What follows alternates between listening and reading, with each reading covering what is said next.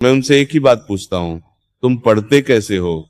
केवल शब्द पढ़ लेना और साधना करना दोनों अलग बातें हैं। चालीसा केवल चौपाइयों का संग्रह नहीं है, वो एक जीवंत साधना है। अगर विधि से की जाए तो जीवन बदल देती है। आज मैं तुम्हें वही सरल बात समझा दूं जिसे अपनाकर तुम भी कृपा का अनुभव कर सकते हो। एक, सबसे पहले संकल्प। जब तक मन भटका हुआ है, पाठ केवल शब्द है, और जब मन समर्पित हो जाए, वही शब्द मंत्र बन जाते हैं। बैठने से पहले 2 मिनट आंख बंद करो, गहरी सांस लो और भीतर कहो, हे पवन पुत्र, मैं अपनी सारी चिंता आपके चरणों में रखता हूं। आज का यह पाठ मैं केवल लाभ के लिए नहीं, आपकी भक्ति के लिए कर रहा हूं। जो भूलें हुई हों क्षमा करना। बस इतना भाव सच्चे मन से आ जाए तो आदि साधना वहीं पूर्ण हो जाती है। 2, समय का नियम। साधना का सबसे उत्तम समय ब्रह्म मुहूर्त है, सूर्योदय से पहले का शांत समय। उस समय वातावरण निर्मल होता है, मन भी शांत रहता है।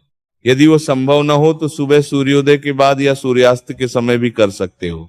लेकिन एक बात ध्यान रखना, समय बदलते मत रहो। जो समय चुनो उसी पर स्थिर हो जाओ।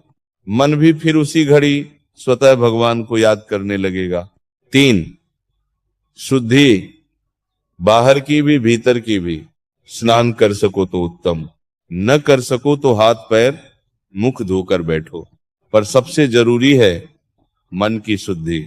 अगर किसी से झगड़ा करके क्रोध में बैठोगे तो पाठ में शक्ति नहीं टिकेगी। पहले मन को शांत करो, फिर पाठ शुरू करो। 4, दिशा और आसन। पूर्व या उत्तर दिशा की ओर मुख करके बैठना अच्छा है। सीधे जमीन पर मत बैठो। एक आसन बिछाओ, लकड़ी की चौकी या स्वच्छ कपड़ा। रीढ़ सीधी रखो। जब शरीर स्थिर होता है तब मन भी स्थिर होता है। रोज एक ही स्थान पर बैठोगे तो वो स्थान भी धीरे धीरे साधना से पवित्र हो जाएगा। 5, उच्चारण और भाव। हनुमान चालीसा की शक्ति उसकी ध्वनि में है। शब्दों को जल्दी जल्दी मत दौड़ाओ, धीरे स्पष्ट समझकर पढ़ो। हर चौपाई का अर्थ मन में उतारो। जब तुम संकट कटे मिटे सब पीरा पढ़ो तो सच में विश्वास करो कि मेरे संकट कट रहे हैं। भाव सबसे बड़ा है।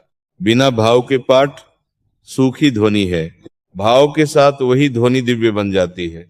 6, नियमितता। एक दिन बहुत श्रद्धा से पढ़ा और 3 दिन छोड़ दिया, इससे सिद्धि नहीं मिलती। कम पढ़ो पर रोज पढ़ो, एक चालीसा ही सही पर नित्य। अगर बड़ी मनोकामना हो तो 40 दिन एक ही समय पर निरंतर पाठ करो, बीच में विराम न दो।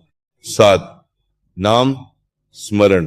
पाठ से पहले हनुमते नमः का जप कुछ बार कर लो, मन तुरंत एकाग्र हो जाएगा।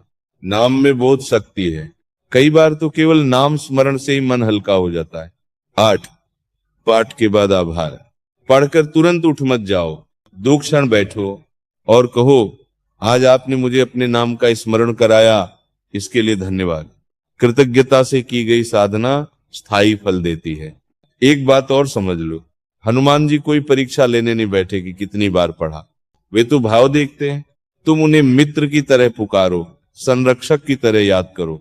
समस्या लेकर जाओ पर केवल समस्या लेकर मत जाओ, प्रेम भी लेकर जाओ। जब चालीसा उपाय नहीं उपासना बन जाती है, तभी जीवन में वास्तविक परिवर्तन शुरू होता है। धीरे धीरे तुम देखोगे मन का डर कम हो रहा है, क्रोध घट रहा है, निर्णय शक्ति बढ़ रही और भीतर एक अदृश्य साहस जाग रहा है। यही हनुमान जी की कृपा का पहला संकेत है। बेटा, चमत्कार बाहर से कम भीतर से शुरू होता है। भीतर बदल जाओगे तो परिस्थिति भी बदलने लगेगी।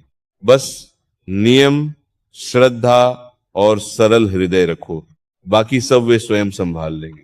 और बेटा, एक गहरी बात और समझ लो, कई लोग चालीसा पढ़ते समय गिनती पर ध्यान रखते हैं, आज 11 बार, आज 21 बार, पर मैं कहता हूं पहले एक बार ऐसे पढ़ो कि मन रो पड़े।